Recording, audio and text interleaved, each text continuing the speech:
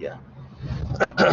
Bueno, eh, la idea entonces de lo que teníamos que tratar hoy era la continuación, ¿no?, del diseño por resistencia que ya habíamos visto en la clase pasada, ¿no? Solamente que el diseño por resistencia, cuando está referido a corte, en realidad no es o no necesariamente es la condición crítica de diseño, ¿no? Porque, como habíamos mencionado ya, existe una cuestión de capacidad del elemento, ¿no?, que nos dice, por ejemplo, si es que, eh, quizá ponemos otro color.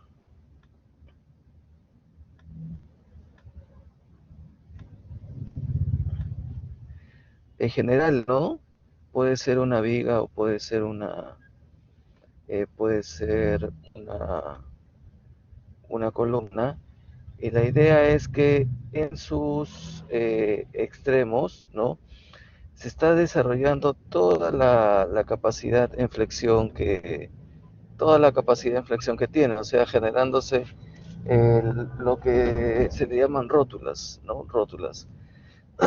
Entonces, ¿cuál es la máxima capacidad de flexión que tienen? Por supuesto que no es la resistencia de diseño, porque la resistencia de diseño tiene un factor ahí de reducción, ¿no?, de la resistencia. Entonces, bueno, sería la resistencia nominal. Pero al menos en el caso del sistema estructural de pórticos, en el que es relevante en realidad, es muy relevante tomar esa capacidad de inflexión de manera adecuada, ya al menos para ese sistema estructural. eh, Incluso la resistencia, para calcular esa capacidad de inflexión, por supuesto se basa en resistencia nominal, pero se le aumenta todavía un 25% más, considerando, ¿no?, que los materiales en general también tienen una sobreresistencia, ¿no?, refiriéndonos a sus resistencias nominales como el esfuerzo de fluencia y la resistencia a la compresión, ¿no?, del concreto. Así que una vez que se ha generado toda la capacidad de inflexión en sus extremos, como consecuencia, pues, no, de las deformaciones impuestas en un sismo, no, a la estructura, entonces se generan unos momentos diferentes en los extremos. Eh, Todo esto está en equilibrio o debe estar en equilibrio, así que el cortante que se está generando en el elemento depende de los momentos en el extremo.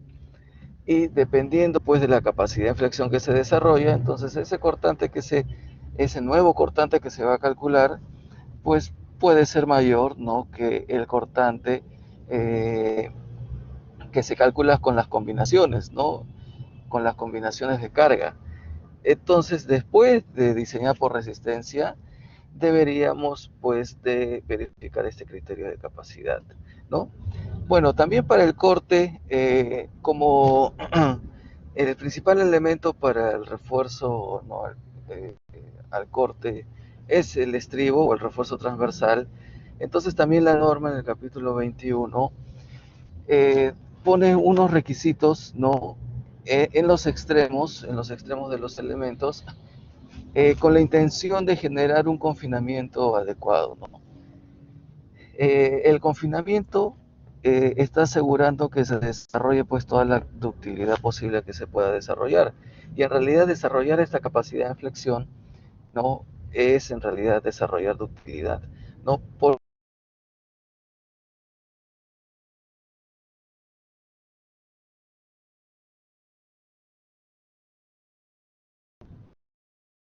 con esta función, ¿no? Ya, entonces, en general eso es lo que tenemos que cubrir, eh, y vamos a ver tanto el caso de vigas como el caso de columnas.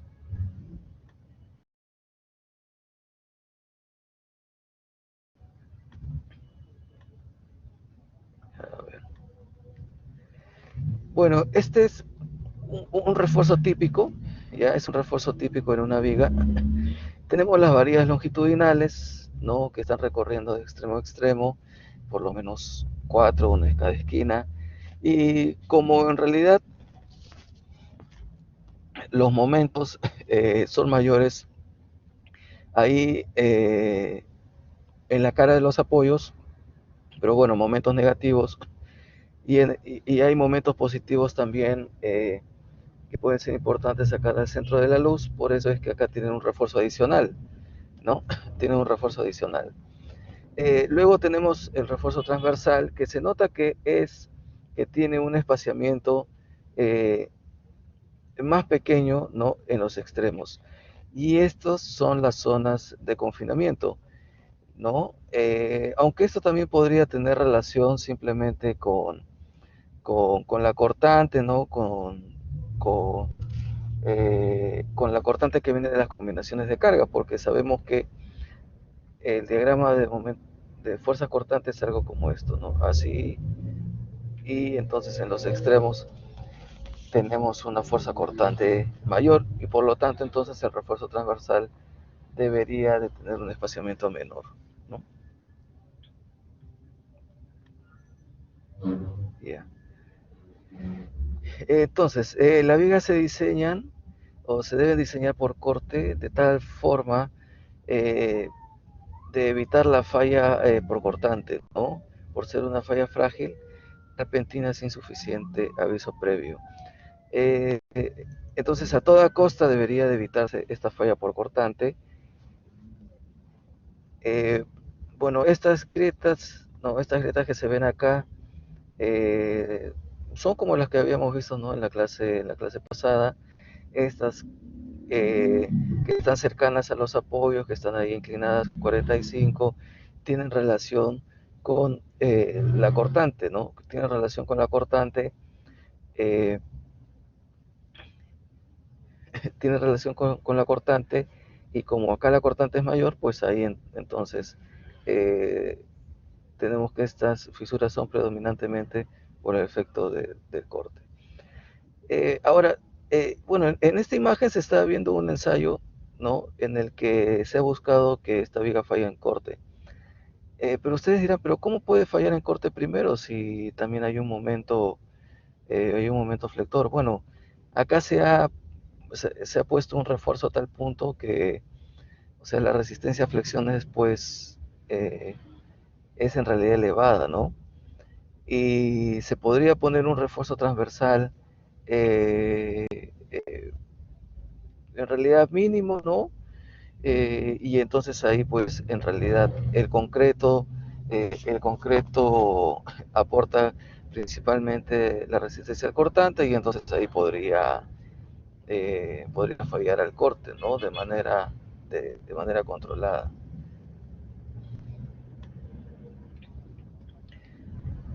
Ya, se pretende que la viga falle primero por flexión y por lo tanto entonces estaríamos hablando de una falla dúctil porque nuestro diseño está orientado a generar una falla dúctil, ¿no? En la flexión. Entonces, antes que falle por cortante.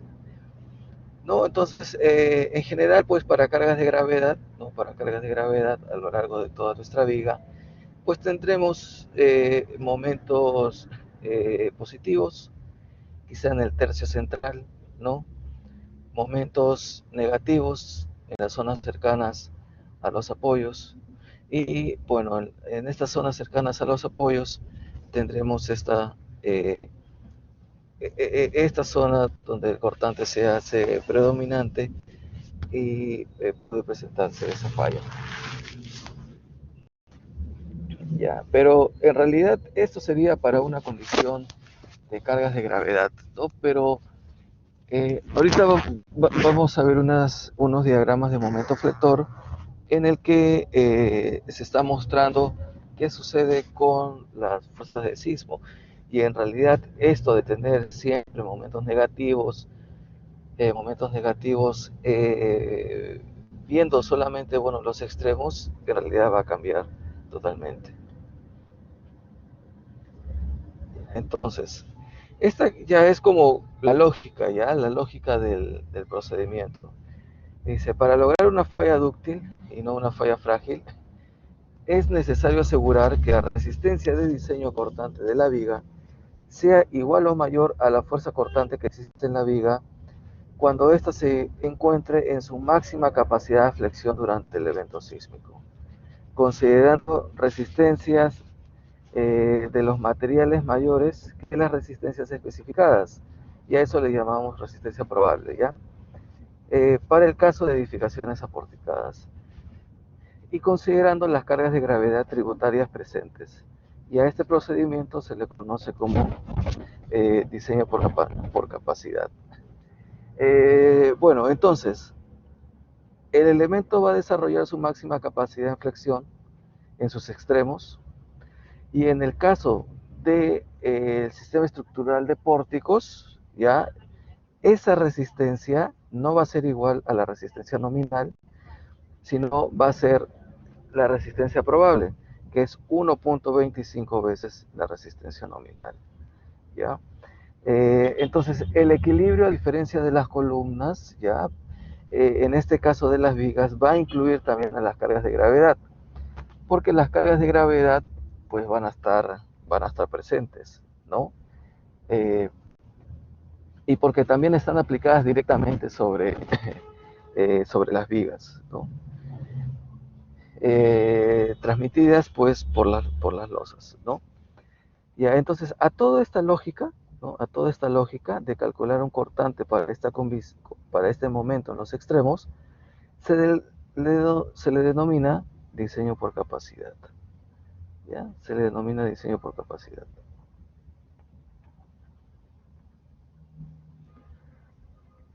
Ya, entonces, por lo tanto, el diseño por capacidad para cortantes en vigas consiste en encontrar la fuerza de diseño, ¿no? Una cortante, a partir de los momentos probables en los extremos de la luz libre del elemento y de las cargas de gravedad amplificadas. Pero estas cargas de gravedad amplificadas, o sea que vienen de las combinaciones, van a ser solamente, ¿no?, para las combinaciones donde interviene el sismo. O sea que en general tenemos dos, ¿no? 0.25 carga muerta más carga viva más menos carga de sismo, y el otro sería 0.9 carga muerta más menos carga de sismo, ¿no? Entonces, eh, van a intervenir las cargas de gravedad amplificadas, pero bajo esas dos combinaciones.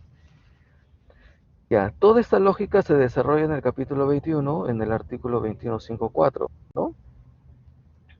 Que explica de manera similar, ¿no? Dice, la fuerza cortante de diseño de los elementos en flexión deberá determinarse a partir de la suma de las fuerzas cortantes asociadas con el desarrollo de las resistencias probables en flexión en los extremos de la luz libre del elemento y la fuerza cortante isostática calculada para las cargas de gravedad tributarias amplificadas, ¿no? Entonces, en este artículo se desarrolla toda esa lógica del diseño por capacidad, ya para, en realidad para los sistemas aporticados solamente, ¿sí? Porque solamente en el sistema de pórticos es que hablamos de la resistencia probable, y que será 1.25 veces la resistencia nominal.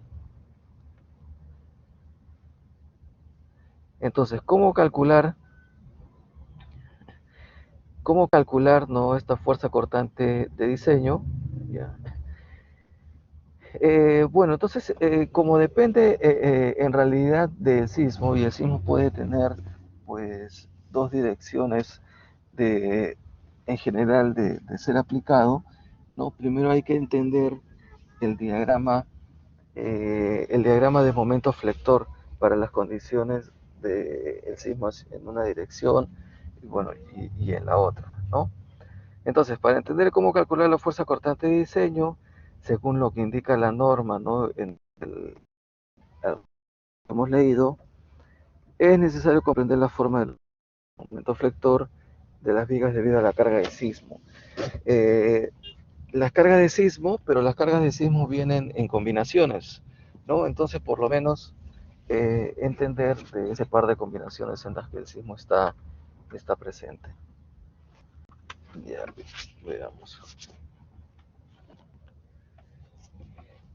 Ya, esta sería diagramas de momento flector en un pórtico de un tramo solamente para carga de sismo, ¿no? Acá esta fuerza está representando pues una carga de sismo, esta también, y la diferencia entre estos dos es la orientación, ¿no? En la que está aplicada esa carga. Este sismo hacia la derecha está originando esos diagramas de momento flector, y por acá vemos que en la otra dirección está originando algo invertido, ¿no? Pero si comparamos, por ejemplo, esta sección, ya, para el sismo a la derecha tiene 6.13, ya 6.13. Y por acá tiene ligeramente algo diferente de 6.03. Bueno, en realidad es una cuestión de, eh, en este caso, en el que uno podría decir que todo esto es simétrico, ¿por qué no obtenemos en realidad también algo simétrico? Es, yo diría, por la forma en que está aplicada esta carga, puesta acá en este punto, ¿no? De manera concentrada. Pero en realidad, en general, ¿no? El sismo hacia la derecha y el sismo hacia la izquierda no debería de dar pues resultados en realidad eh, idénticos, a pesar de que haya simetría, ¿no? ¿Por qué? Porque en realidad estamos tomando una excentricidad accidental, ¿no? Y también lo más probable es que no tengamos completamente esa simetría, ¿no? Así que siempre hay que prestarle atención en realidad a, eh, al sismo, bueno, en las dos direcciones. Ya, ¿qué cosa estamos viendo también en esta misma sección? Que hay un momento positivo, ¿no? Que luego cambia a un momento negativo. Imaginemos una viga que no, en el que la carga de gravedad no sea importante, y entonces la carga de sismo sea la que finalmente genera el diseño o condiciona el diseño de la viga. Entonces tendríamos que prestar atención tanto al momento negativo como al momento positivo en esa sección, ¿no? Y diseñar, ¿no? Diseñar para el negativo y para el positivo, porque casi siempre, ¿no? El positivo, ¿no? Viendo el siguiente caso, que sería el de las cargas de gravedad, ¿no? El positivo, ahí en los extremos se deja de lado, ¿no? Se deja de lado porque para las cargas de gravedad, bueno, son ahí cero, pero en realidad cuando interviene el sismo eso cambia radicalmente, ¿no? Así que también hay que prestar atención al momento positivo ahí en los apoyos. Ya, bueno, esto sería un diagrama de momento flector para carga muerta y carga viva, ¿no? Bueno, en la viga tenemos ahí la distribución parabólica, ¿no? Porque tenemos algo linealmente distribuido. Ahora, ¿cómo se ve esto cuando todo se combina? Ya.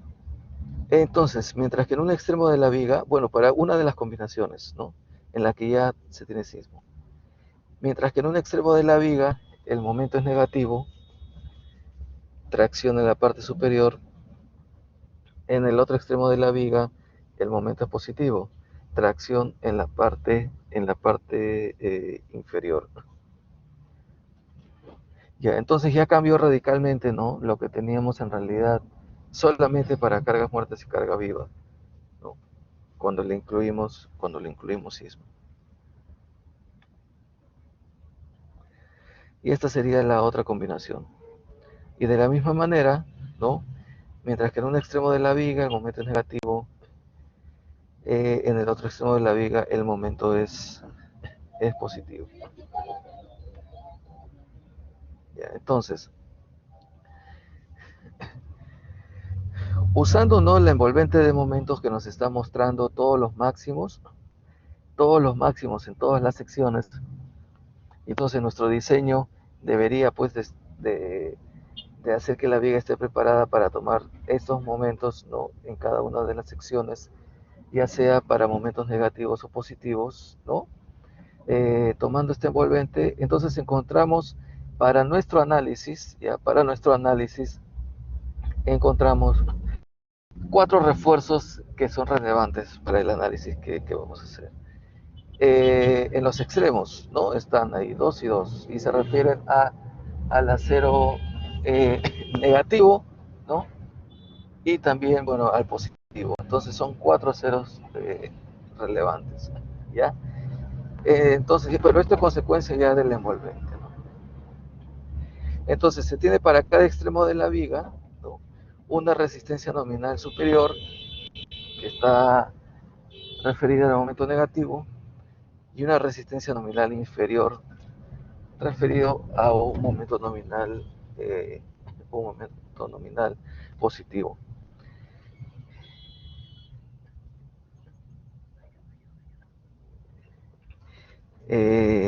Perdón.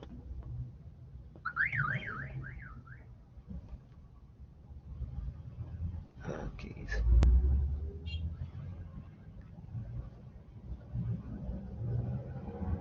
A ver, perdón, lo moví.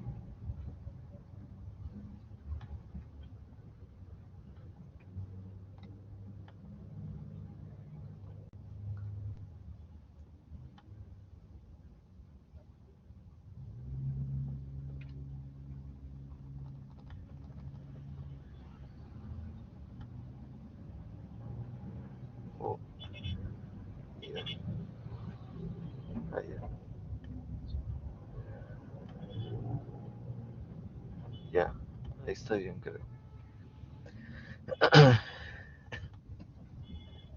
Ya falta un poco. Ya ahí. Ya, entonces tenemos esos cuatro que son relevantes. Entonces, de cada uno de estos refuerzos, ¿no?, que ya se refieren en realidad al acero, ¿no?, que se está especificando ya finalmente, ¿no?, como diseño, ¿no? Porque hay, o sea, podríamos decir, pero si cuando hacemos análisis estructural, encontramos el momento último, por ejemplo, acá.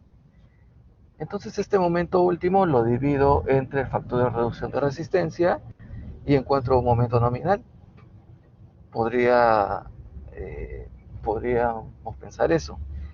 Bueno, pero en realidad ese momento último es una referencia para generar un momento nominal o una resistencia de diseño que sea igual o mayor, ¿no?, que es. Entonces, hemos visto que cuando ya acomodamos varillas, lo más probable es que le estemos dando, ¿no?, una resistencia de diseño mayor que la que en realidad estrictamente requiere, ¿no? Así que con el acero verdaderamente puesto, vamos a calcular un momento nominal.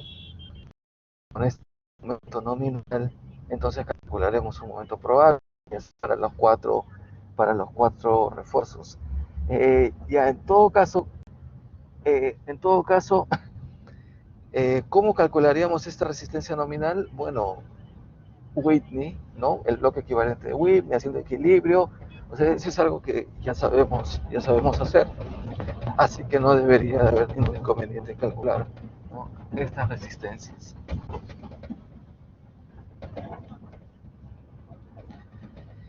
Ya, entonces, vamos a superponer dos casos ya para encontrar la cortante. El primer caso es este, ¿no?, en el que solamente estamos viendo el sismo, ¿sí? Y vamos entonces, tenemos nuestro tramo de viga en el que le vamos a imponer en un extremo los momentos probables, pero hay que tomar en cuenta, ¿no?, por las características del diagrama de momento vector del sismo, que cuando le imponemos un momento en cierto sentido, ¿no?, por ejemplo acá, negativo, ¿no?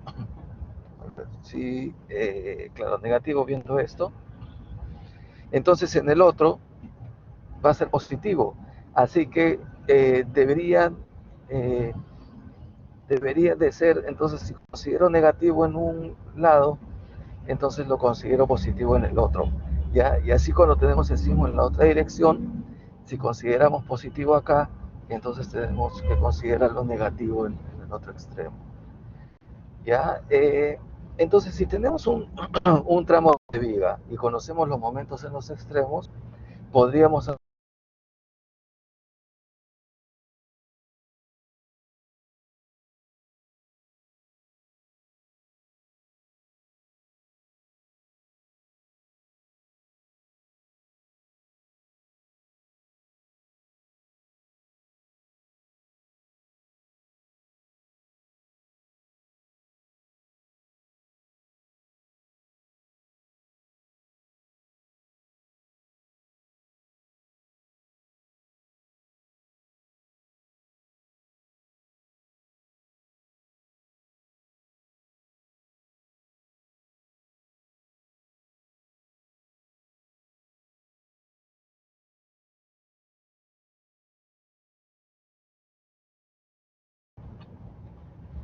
Ya. ¿Se me escucha? ¿Se me escucha? Creo que me fui por un momento.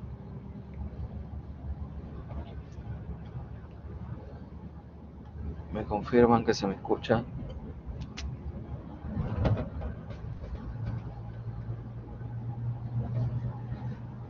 Ya.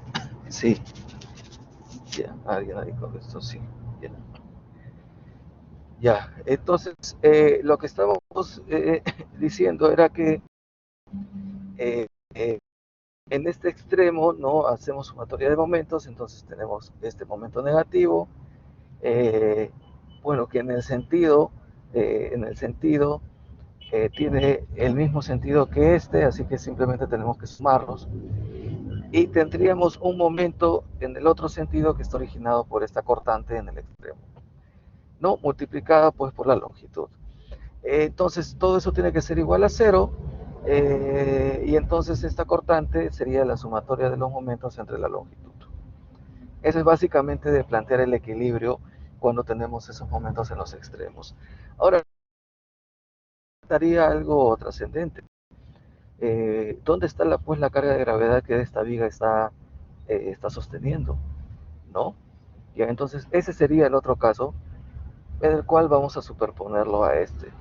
Ya, pero entonces este no está complicado, ¿no? Porque simplemente entonces la cortante, ya sea para el sismo en una dirección y en la otra, simplemente es la sumatoria de los momentos entre la longitud.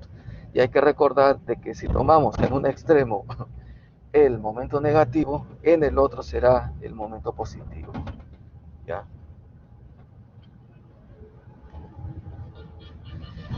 Entonces, este es el otro caso, en el que tenemos las vigas, bueno, este de acá abajo, ¿no? Este de acá abajo, en el que tenemos la viga, pero y tenemos ahí la combinación, nuestra combinación de carga, ¿no? Porque se refería a las cargas de gravedad amplificadas, y ahí también podemos hallar una cortante, ¿no? Esa cortante en realidad es más sencilla de hallar porque sería todo lo que tenemos entre dos, ¿no? Todo lo que tenemos entre dos. Entonces, finalmente, la fuerza cortante de diseño va a ser la cortante que estábamos hallando en el caso anterior, más esta cortante que está relacionada con la carga de gravedad, ¿ya? Para los dos casos. Entonces, esa fuerza cortante de diseño para, puede cambiar para cada extremo. Sí, puede cambiar para cada extremo. ¿Por qué? Porque depende de las capacidades de inflexión de cada extremo, que no necesariamente son las mismas, ¿no?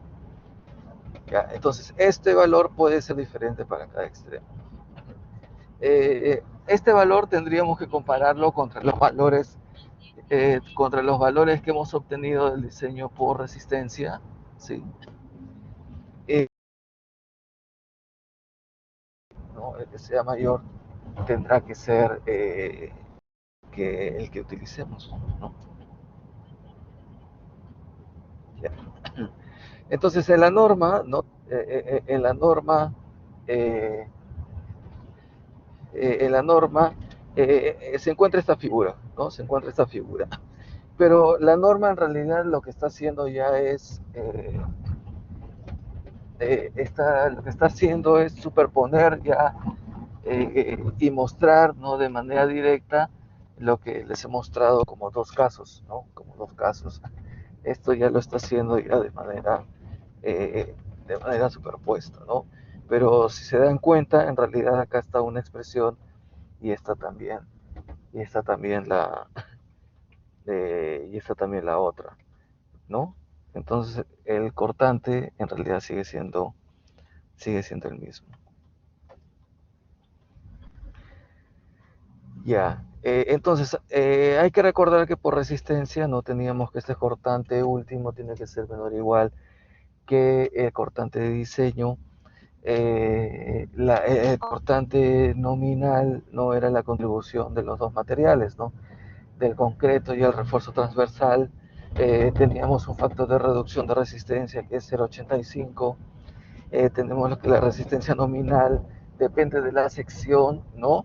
y es 0,53 raíz cuadrada de F' C B por D, ¿no? Entonces depende de la resistencia, la compresión y de el ancho y el peralte efectivo.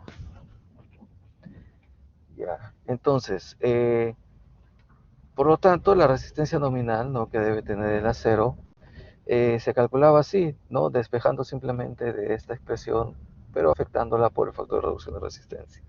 Habíamos visto que no podía exceder de este 2,1, y si excedía, entonces había que cambiar ya o la resistencia del concreto o las dimensiones, ¿no? Y también habíamos visto esta expresión para el cálculo del espaciamiento, ¿no? Esto era básicamente el diseño por resistencia. Bueno, entonces, el reglamento también en el capítulo 20 nos pone ciertos requisitos para el refuerzo transversal que uno podría decir eh, que no tienen propiamente eh, una contraparte de cálculo, ¿no?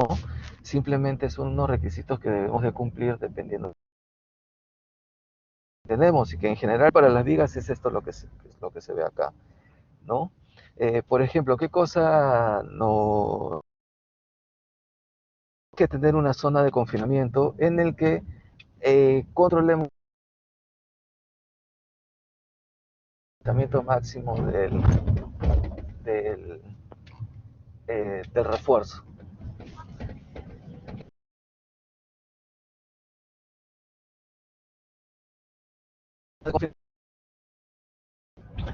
Sí, dos veces el peralte,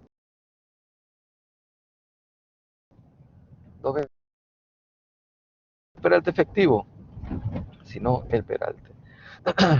Bueno, también nos dicen que hay un estribo que va a estar siempre a 5A menos, ¿no? Y acá tenemos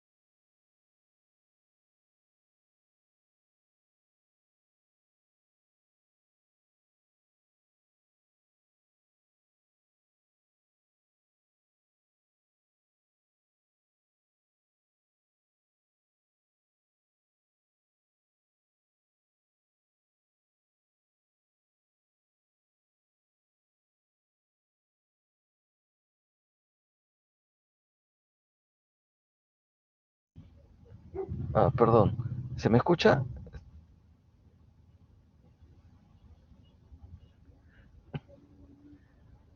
Sí, ¿verdad? Sí, ya sí tenía esto pagado. Ya, ya entonces, les comentaba, ¿no? Que, bueno, dice que deben disponerse estribos cerrados de confinamiento en las siguientes regiones. En una longitud igual a dos veces el peralte del elemento, medida desde la cara del elemento de apoyo hacia el centro de la luz, en ambos extremos del elemento en flexión. Entonces, esa será nuestra zona de confinamiento, ¿no? Nuestra zona de confinamiento. Eh,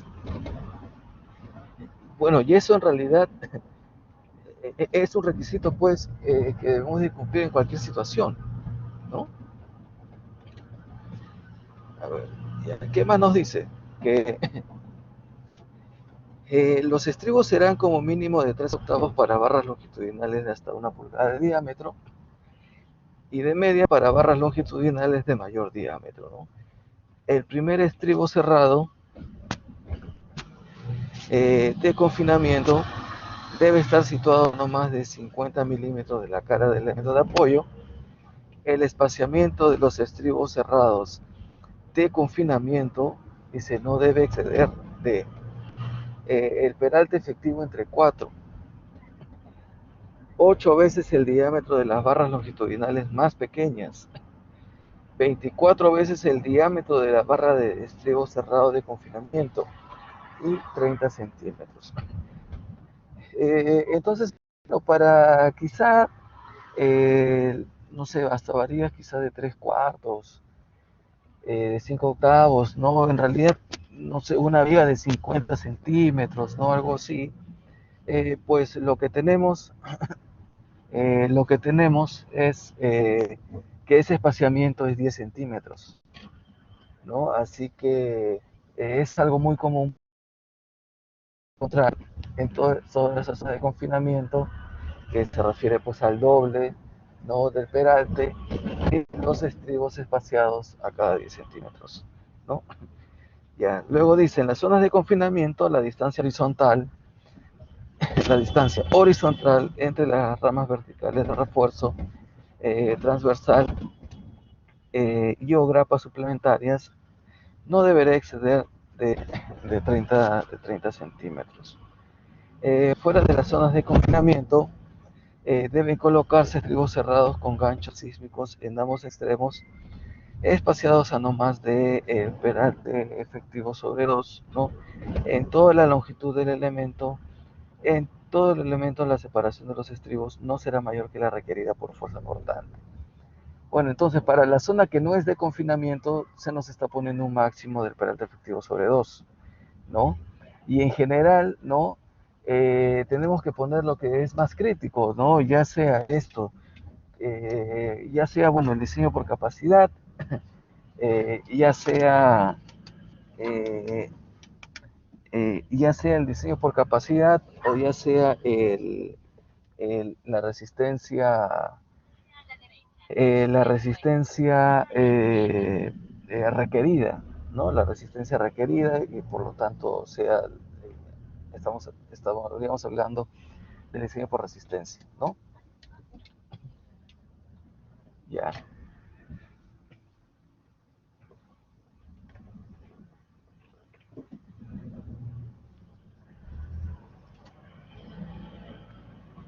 Bueno, entonces, eh, lo que hemos visto, ¿no? Lo que hemos visto es que, bueno, primero estamos calculando de una forma diferente, ¿no? De una forma diferente el, una fuerza cortante, ¿no? No depende en realidad de las fuerzas que están actuando, sino depende de qué refuerzo le estamos poniendo, ¿no? A flexión en la viga, ¿no? De eso depende ese cortante. Eh, luego, luego hemos visto que hay unos requisitos, ¿no? Que tampoco no están respaldados en ningún cálculo, ¿no? En realidad son recomendaciones que tienen por objetivo generar confinamiento. Y habíamos visto que el confinamiento permite, ¿no? Desarrollar toda la capacidad de utilidad pues, que tiene el elemento, ¿no? Así que eh, sigue siendo eh, muy importante también esas recomendaciones. Ya, esto era para el caso de las vigas. Ya, ¿alguna duda?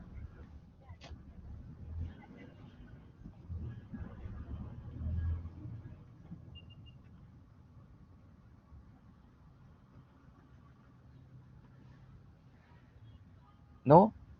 Veamos entonces el caso de las columnas. Ya, como les había comentado, la intención de la clase de hoy era en realidad desarrollar todas esos Bueno, comentar sobre esos criterios, ¿no? Esos criterios de capacidad, ¿no? Saber cómo es que tenemos que calcular y bueno, ya en la próxima clase entonces haríamos en realidad ejercicios. Hay todavía un tema pendiente, ¿no? Un tema pendiente del concreto simple, pero tenemos por delante todavía por lo menos dos clases y quizás hasta, bueno, hasta tres, ¿no? Antes de dedicarle en realidad tiempo ya exclusivamente al trabajo final, ¿ya? Ya, entonces veamos qué tiene, cómo se aplica este mismo diseño por capacidad, pero para el diseño por corte en columnas.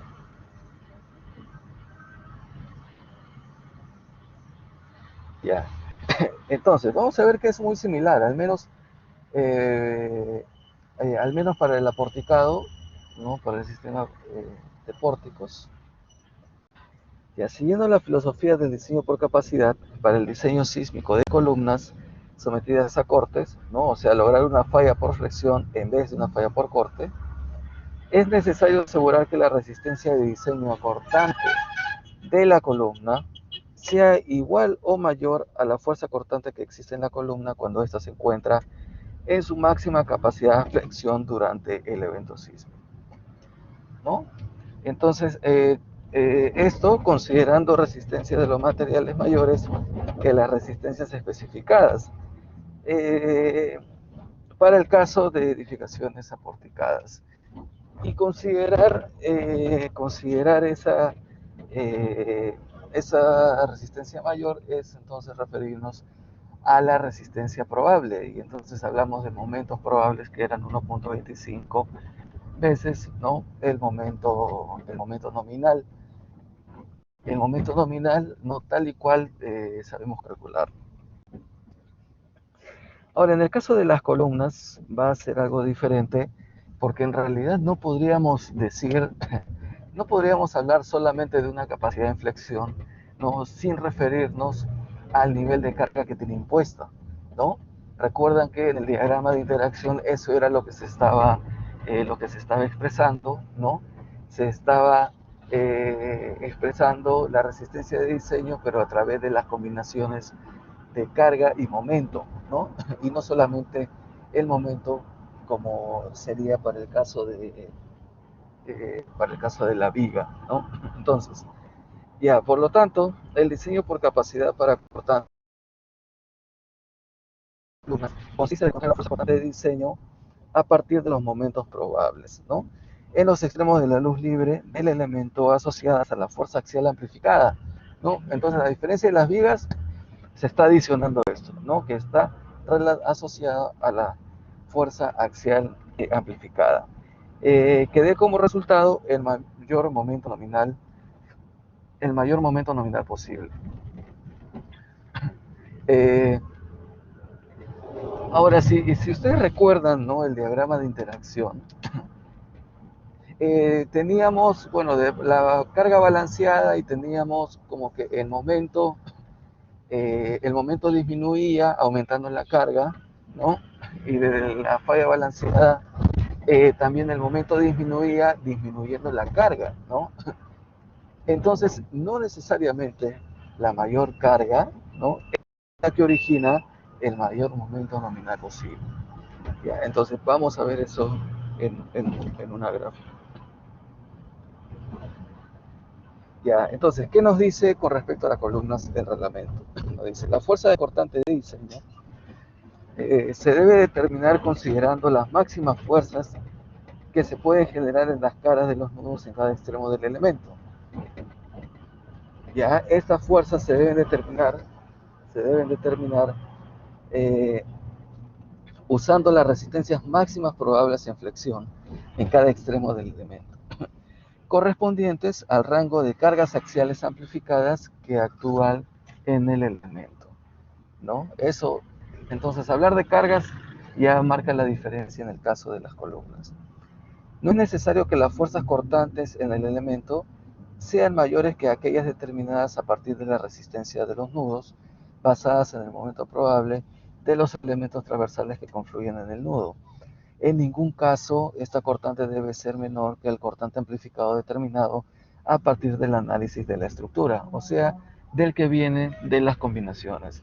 Bueno, acá se hace referencia al nudo porque en realidad en los sistemas de pórticos también hay una verificación adicional que se hace en el nudo, ¿no? En el que se verifica que la resistencia de la columna, o en realidad la resistencia de las columnas que están llegando al nudo, sean por lo menos 1.2 veces de la suma de las resistencias de las vigas que están llegando a ese mismo nudo, para generar otro criterio también de capacidad, que es el de la columna fuerte y viga débil, ¿no? Por eso es que se hace también un llamado a esa resistencia del nudo. Ya, entonces, ¿cómo calculamos esa cortante? Y nuevamente primero tenemos que entender cuáles cuáles son los diagramas de momentos flectores, cómo se ven, y finalmente esto cómo impacta en ese cálculo de la fuerza. Ya, entonces, viendo ahora las columnas, para el caso de para el caso de las fuerzas de sismo, ¿no? Vemos que cuando en un extremo tiene un sentido, ¿no? En el otro extremo tiene otro sentido, ¿no? Cuando en un extremo esto tiene un sentido, en el otro extremo, ¿sí? Tiene otro sentido. Entonces tenemos un caso similar al que teníamos para las vigas, ¿no? Que si estamos considerando, ¿no? En un momento negativo en un lado, entonces el otro tendría que ser positivo, ¿no? Y cuando tenemos encima en la otra dirección igual. Ahora, para las cargas de gravedad, bueno, también sucede algo parecido, ¿no? También sucede algo parecido. Entonces veamos cómo es que tenemos ahora para las combinaciones de carga. Entonces, mientras que en un extremo de la columna el momento es negativo, en el otro extremo de la columna el momento es positivo, ¿no? Así que en realidad tenemos algo muy parecido a lo que teníamos en el caso anterior, ¿no? En el caso anterior. Permítanme un momento porque tenía que marcar la asistencia. Ya pasó.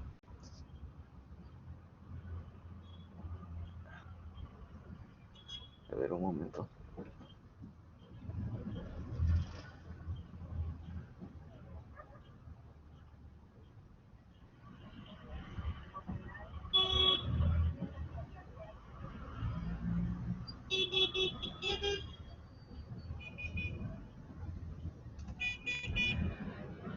Ya, a ver,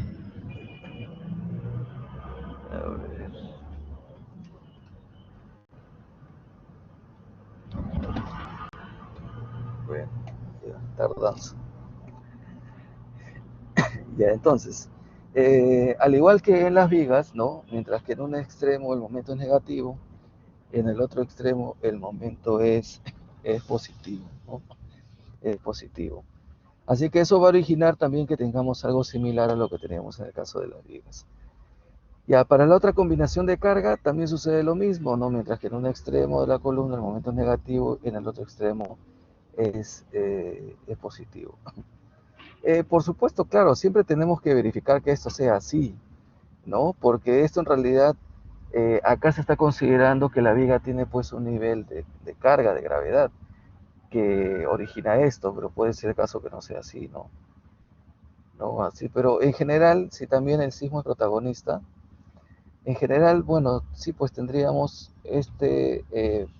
negativo y este positivo, ¿no? Así que en general deberíamos de verificar esto, ¿no? Ya, entonces, lo que necesitamos es una capacidad de flexión, ¿no? Es una capacidad de flexión. Entonces, después de haber obtenido, ¿no? El diseño final por flexo-compresión de la columna, eso significa haber considerado o no el efecto de Nivel-Test, ¿no? Hacer la verificación biaxial, o sea, ya no tener ninguna duda que ese refuerzo y esa sección pues es la que necesitamos, ya es la que necesitamos. Entonces se puede obtener el diagrama de integración de la columna para la distribución final del refuerzo longitudinal y resistencia a la compresión F'C, ¿no? Y eso es entonces lo que vemos acá. Este es un diagrama de interacción. Ahora, yo les decía lo de la carga, porque imaginemos que hay un nivel de carga por acá y hay un nivel de carga por acá. Entonces, en ese caso, ¿no? El nivel de carga menor estaría originando, ¿no? Estaría originando la capacidad en flexión mayor. Y esa es la que deberíamos de tomar eh, eh, para este cálculo de la cortante, ¿no? Entonces, a partir del diagrama de interacción de la columna, se encuentra su resistencia nominal a la flexión para cada carga axial nominal presente en el evento sísmico. Porque cada combinación de carga tiene pues un nivel de carga axial, ¿no? Entonces podríamos tener, por ejemplo, cuatro estas cargas axiales, podríamos eso eh, a través de dividirlo entre factor de reducción de resistencia, eh, llevarlo a una carga nominal y entonces ya venimos y dibujamos acá o ubicamos el nivel de carga en nuestro diagrama de interacción de cargas nominales y lo que nos interesa es leer este momento, ¿no? Este momento, para este nivel de carga. Entonces seguimos la flecha, ¿no? Lo que estamos ubicando primero es la carga, intersectamos el diagrama de interacción y entonces leemos esa resistencia. Que era algo muy parecido a lo que habíamos hecho cuando hicimos la verificación biaxial, ¿no? Solamente que lo habíamos hecho en el ábaco, ¿no? Para hallar el KET, ¿no? Este factor KET.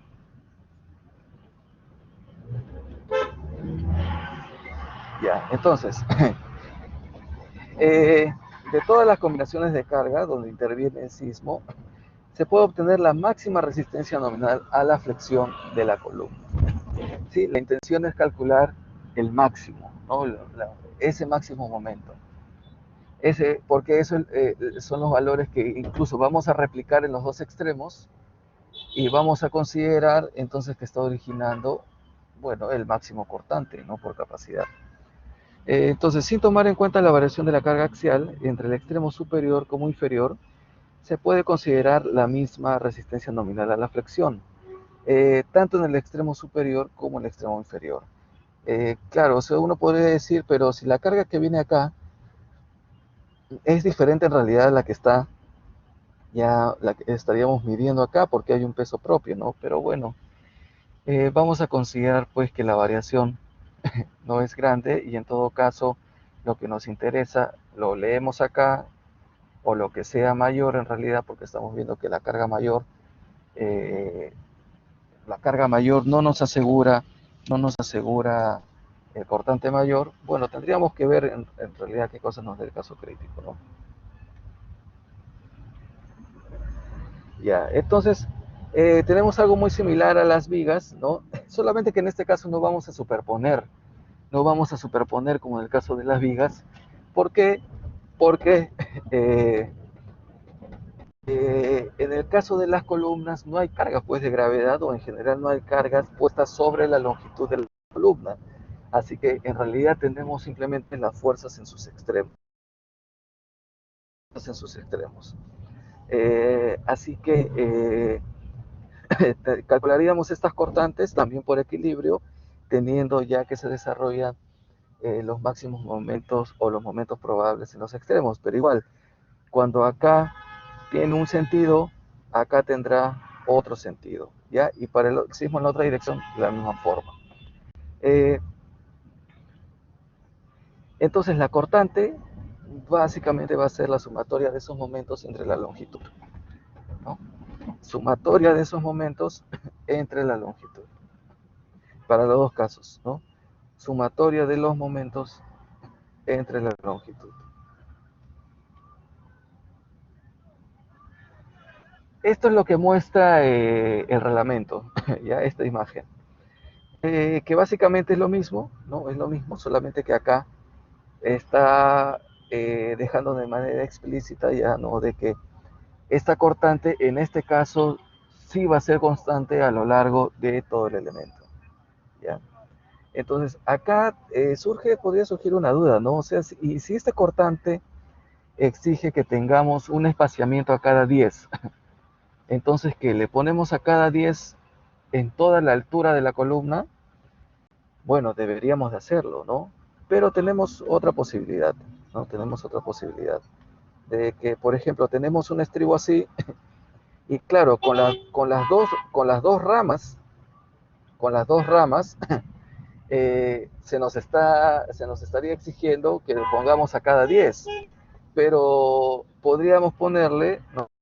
Podemos ponerle entonces a la columna dos estribos, eh, dos estribos así, ¿no? Entonces ya no tendríamos solamente dos ramas, sino tendríamos cuatro. Y para cuatro, entonces quizá entonces ya necesitamos a cada 20 y entonces ya estamos poniendo a cada 20 en toda la longitud de la columna.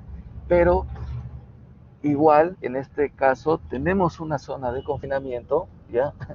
Tenemos una zona de confinamiento en el cual no deberíamos de exceder pues los espaciamientos, ¿no? Sin importar que le pongamos dos ramas, cuatro ramas, seis ramas. Ahí en realidad vamos a tener que cumplir con el espaciamiento máximo. Ahora, esto también pudo haber sido no necesariamente un estribo, sino un gancho, ¿no? Una grapa, ¿no? Una grapa ahí que tiene estos ganchos, ¿no? Ahora, entonces, eso significa que aún en este caso, podríamos variar todavía el diseño de nuestras columnas ligeramente, ¿no? Con la intención de acomodar, ¿no? De acomodar de manera correcta el refuerzo que necesitamos, ¿no? Entonces, habría que tener eso presente, ¿no? Que si necesitamos modificarlo, bueno, entonces se tendrá que modificar, ¿no? Para que se acomode el refuerzo transversal que necesitamos.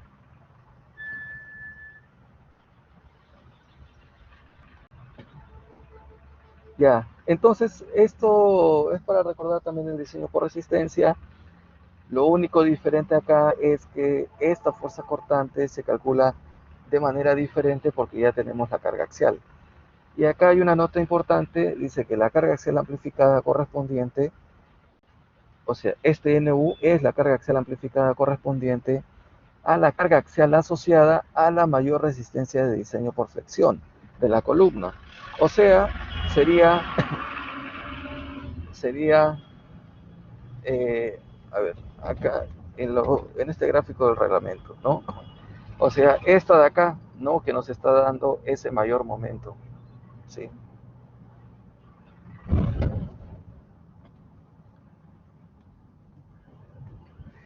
Ya, entonces también para las columnas tenemos una zona de confinamiento, pero que en este caso no va a ser el doble de el doble del peralte, ¿no? Del elemento.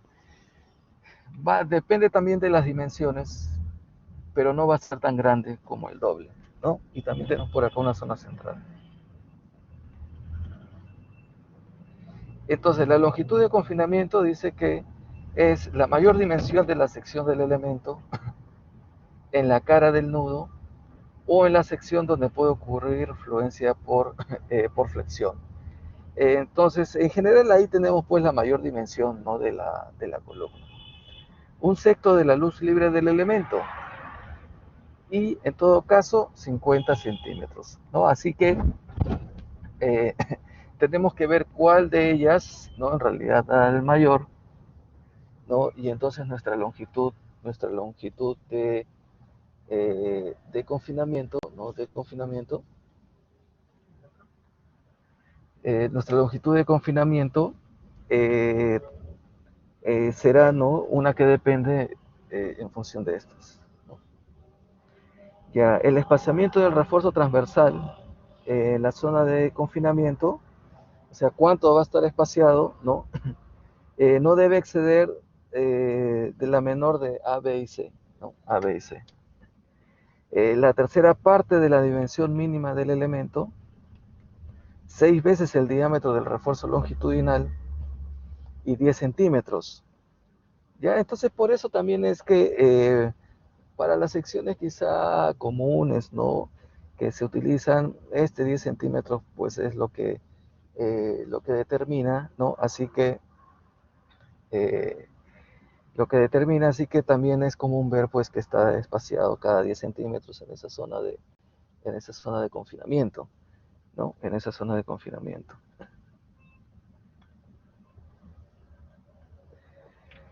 Ya, también hay un requisito respecto de la distancia entre ramas de estribos. Dice, la distancia centro a centro, transversal al eje del elemento, entre las ramas de estribos cerrados de confinamiento múltiples o en las grapas suplementarias, no debe exceder de 35 centímetros medidos centro a centro. O sea que si tenemos, por ejemplo, una columna de 50 y por resistencia y por capacidad, ¿no? Nos da que solamente necesitamos un estribo de dos ramas, ¿no? O sea, solamente un estribo, y por lo tanto entonces tenemos las dos ramas. Eso significa que no estaríamos cumpliendo esta distancia máxima, ¿no? Así que a pesar de que no lo necesita, ya, a pesar de que no lo necesita, tendríamos que ponerle un elemento transversal adicional, ¿no? Adicional. Podría ser una grapa, ¿no? Como esta. Y entonces también estamos viendo que tendríamos que acomodar, ¿no? Nuestro refuerzo longitudinal para que coincida en todo caso con esa grapa. ¿Sí? Eh, entonces, en este punto todavía podría ser que cambiemos nuestro refuerzo longitudinal, ¿no? Ya, luego tenemos el espaciamiento del refuerzo transversal fuera de la zona de confinamiento. Y dice, cuando no se proporcione refuerzo transversal, de acuerdo a 21.645, que se refiere al confinamiento, perdón, 21.641 a 21.643, que se refiere al confinamiento, a lo largo de toda la longitud de la columna, el resto de la longitud de la columna debe contener refuerzo en forma de espiral o estribo cerrado de confinamiento con un espaciamiento medido de centro a centro que no exceda al menor de 10 veces el diámetro de las barras longitudinales de la columna y 25 centímetros. Así que lo que vamos a tener en general, ¿no? Es quizás esos 25 centímetros. Así que lo que están haciendo estas recomendaciones, ¿no? Es asegurándose, ¿no? De que sin importar, ¿no? La resistencia, pues que tengamos un adecuado confinamiento, ¿ya? Eso en realidad es el objetivo de de todos estos artículos, ¿no? ¿Ya? ¿Ya? ¿Hay alguna duda?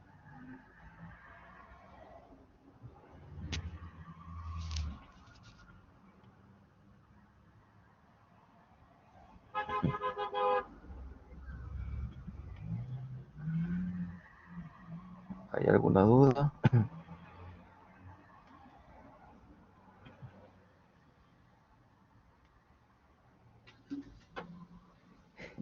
Ya, todo claro, dice Sebastián, ya, muy bien. Ya. Mira, en realidad eso era lo que, bueno, que en realidad lo que quería cubrir